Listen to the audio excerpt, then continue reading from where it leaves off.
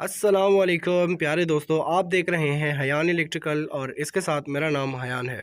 दोस्तों, इस वीडियो में हम वोल्टेज को तफसील से जानने वाले हैं। और दोस्तों, इस वीडियो में मैंने वोल्टेज को चारों अतराफ से कवर अप करने की पूरी कोशिश की है। जिन पॉइंट्स को हम वोल्टेज के मुतल्लिक़ करने वाले हैं वो आपके सामने रख देता हूं। तो दोस्तों, सबसे पहले नंबर पर हम जानेंगे कि वोल्टेज की अहमियत क्या है इलेक्ट्रिकल के अंदर, और इसकी डिफिनीशंस और इसकी प्रैक्टिकल जो एग्जांपल्स हैं।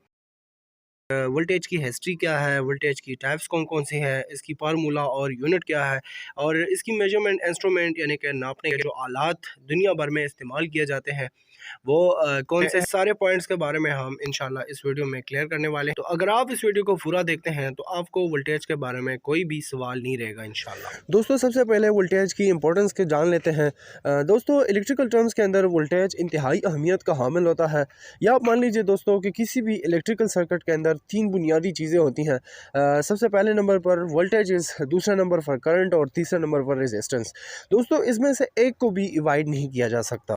दोस्तों, वोल्टेज के अलावा करंट और रेजिस्टेंस हम अलग अलग वीडियो में डिस्कस कर लेंगे ताकि आप कंफ्यूज भी ना हो एक साथ सारी चीज़ें देकर और वीडियो भी लंबी ना बने। दोस्तों, वोल्टेज को बेहतर से समझने के लिए किसी भी कंडक्टर वायर या इस दुनिया में जितनी भी चीज़ें हैं तमाम के तमाम मैटर से बनी होती हैं, जिसको उर्दू में मादा कहते हैं।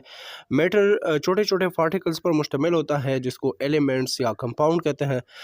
दोस्तों, एलिमेंट मज़ीद छोटे छोटे पार्टिकल्स पर मुश्तमिल होता है जिसको मालिक्यूल्स कहते हैं, और मालिक्यूल्स मज़ीद छोटे छोटे पार्टिकल्स पर मुश्तमिल होता है जिसको एटम्स कहते हैं, और एटम फिर टू पार्ट्स पर मुश्तमिल होता है जिसे प्रोटॉन और इलेक्ट्रॉन कहते हैं। दोस्तों, किसी भी कंडक्टर वायर में लाखों करोड़ों मालिक्यूल्स होंगे और इसी तरह लाखों करोड़ों इलेक्ट्रॉन्स होंगे। तो दोस्तों, इलेक्ट्रॉन पर सेम नेगेटिव चार्ज होने की वजह से ये इलेक्ट्रॉन एक दूसरे को रिपेल करते हैं, और इसकी रिपल्जन की वजह से जो फोर्स बनती है उसको हम इलेक्ट्रोमोटिव फोर्स कहते हैं, जिसको शॉर्ट फॉर्म में ईएमएफ भी कहते हैं। तो इसी वजह से दोस्तों किसी भी कंडक्टर के अंदर इलेक्ट्रॉन्स फ्लो करते हैं, मूव होते हैं। दोस्तों, अब मैं यहाँ पे आपको एक प्रैक्टिकल एग्जांपल देता हूँ। दोस्तों, यहाँ पे एक साइकिल है और साइकिल के ऊपर एक लड़का बैठा हुआ है।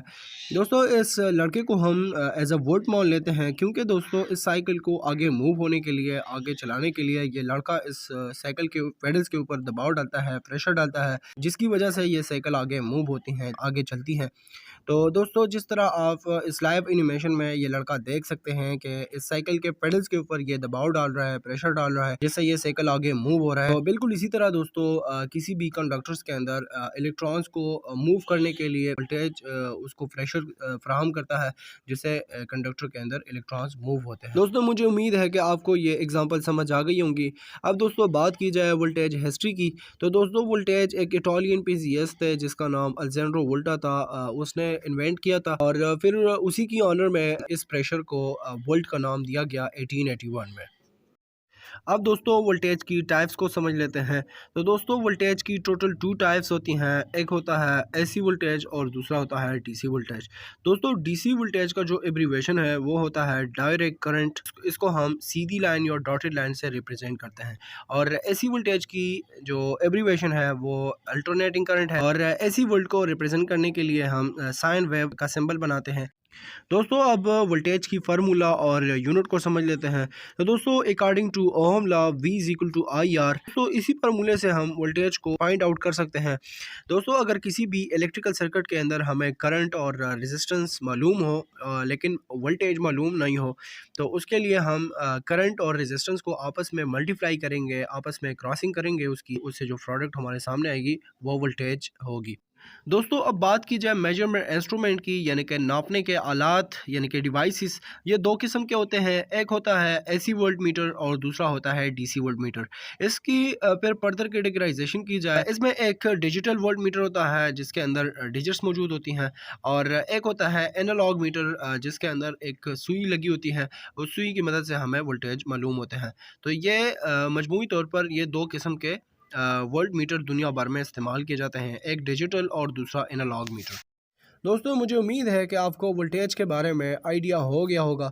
तो दोस्तों, अगर आपको यह वीडियो अच्छी लगी है तो आप इसको लाइक कर सकते हैं, और अगर आपका कोई सवाल है या आपकी कोई कंफ्यूजन है तो आप मुझसे कमेंट बॉक्स में पूछ सकते हैं। और दोस्तों, अगर आप इसी तरह के इलेक्ट्रिकल से मुतल्लिक इंटरेस्टेड वीडियो आप आइंदा भी देखना चाहते हैं तो आप मेरे इस यूट्यूब चैनल हयान इलेक्ट्रिकल को सब्सक्राइब कर सकते हैं। दोस्तों, अगली वीडियो तक अपना ढेर सारा ख्याल रखिएगा। मुझे दीजिए इजाज़त। अल्लाह ने के बाद।